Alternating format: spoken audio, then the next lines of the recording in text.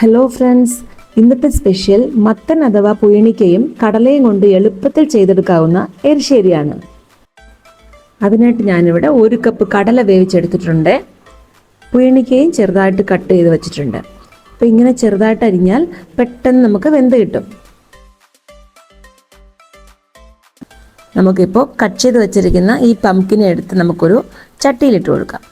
ആവശ്യത്തിന് വെള്ളവും കുറച്ച് ഉപ്പും 1 സ്പൂൺ മഞ്ഞൾപ്പൊടിയും ചേർത്ത് നന്നായിട്ടൊന്ന് മിക്സ് ചെയ്യണം. എന്നിട്ട് നമുക്ക് അടച്ചിട്ട് വേവിക്കാം. അതേസമയം നമുക്കൊരു അരപ്പ് റെഡിയാക്കാം. അതിനായിട്ട് 2 പിടി തേങ്ങ, 1 സ്പൂൺ ജീരകം, 2 സ്പൂൺ പെപ്പർ. ഈ കറിയുടെ എരിവിനായിട്ട് ഞാനിവിടെ വേറെ ഒന്നും ചേർക്കുന്നില്ല, ഈ പെപ്പർ മാത്രമാണ്. പിന്നെ കുറച്ച് കറിവേപ്പില. ഇതൊക്കെ ഇട്ട് കുറേയായിട്ടൊന്ന് അരച്ചെടുക്കുക. അതായത് തോരനൊക്കെ നമ്മൾ ചായക്കില്ലേ, അതിൻ്റെ അടുത്തൊരു സ്റ്റേജ്, അത്ര തന്നെയാണ്.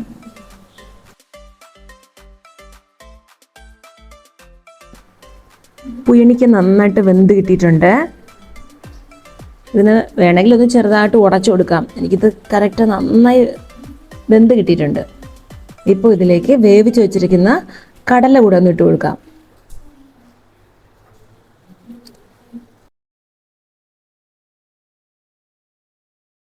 കടലയും കൂടെ ചേർത്ത് ഇളക്കിയതിന് ശേഷം അരച്ചു വെച്ചിരിക്കുന്ന ചേരുവകളും കൂടെ ചേർത്ത് കൊടുക്കാം. തേങ്ങ അരച്ചില്ലേ, അതും കൂടെ ഒന്ന് ചേർത്ത് നന്നായിട്ടൊന്ന് മിക്സ് ചെയ്യാം.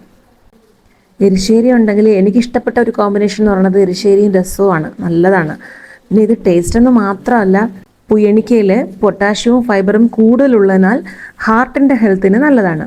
പിന്നെ വൈറ്റമിൻ എ ആൻഡ് സി ഉള്ളത് കാരണം ഇമ്മ്യൂണിറ്റി ഫങ്ഷനെ അത് എൻഹാൻസ് ചെയ്യും. പിന്നെ ചുണ്ടൽ കടല, അതായത് ചിക്ക് പീസ്, അതിൻ്റെ ഉപയോഗം എല്ലാവർക്കും അറിയാവുന്നതാണല്ലോ. നമ്മുടെ ബാഡ് കൊളസ്ട്രോൾ കൺട്രോൾ ചെയ്യാനും വെയിറ്റ് മാനേജ്മെൻറ്റിനും ഒക്കെ ഇത് നല്ലതാണ്.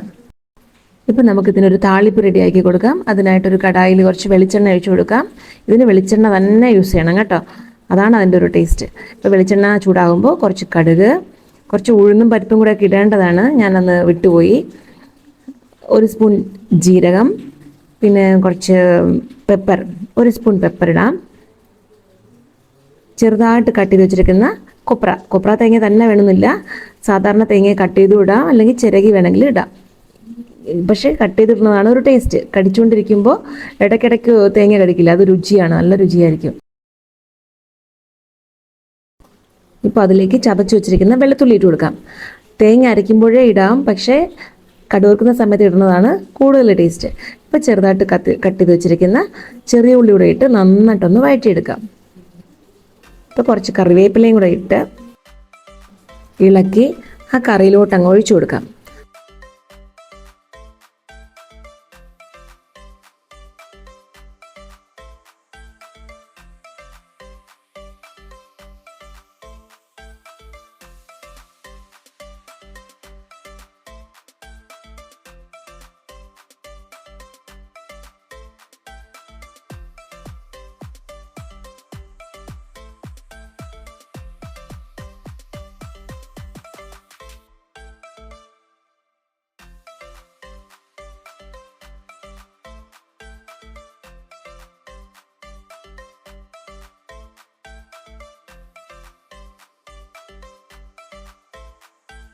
അപ്പോൾ ഇത്ര തന്നെയാണ് സ്വാദിഷ്ടമായ, വളരെ എളുപ്പത്തിൽ ചെയ്തെടുക്കാൻ പറ്റുന്ന പംകിൻ എരിശ്ശേരി റെഡി ആയിട്ടുണ്ട്.